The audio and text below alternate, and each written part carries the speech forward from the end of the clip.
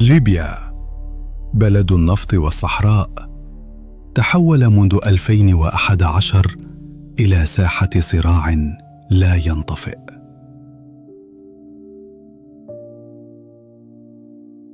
بعد سقوط القذافي انقسمت البلاد بين حكومات متنافسة وميليشيات متنازعة.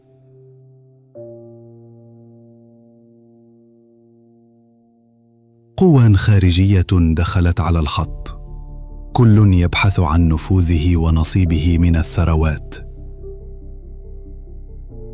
بين الشرق والغرب أصبح الشعب الليبي هو الضحية.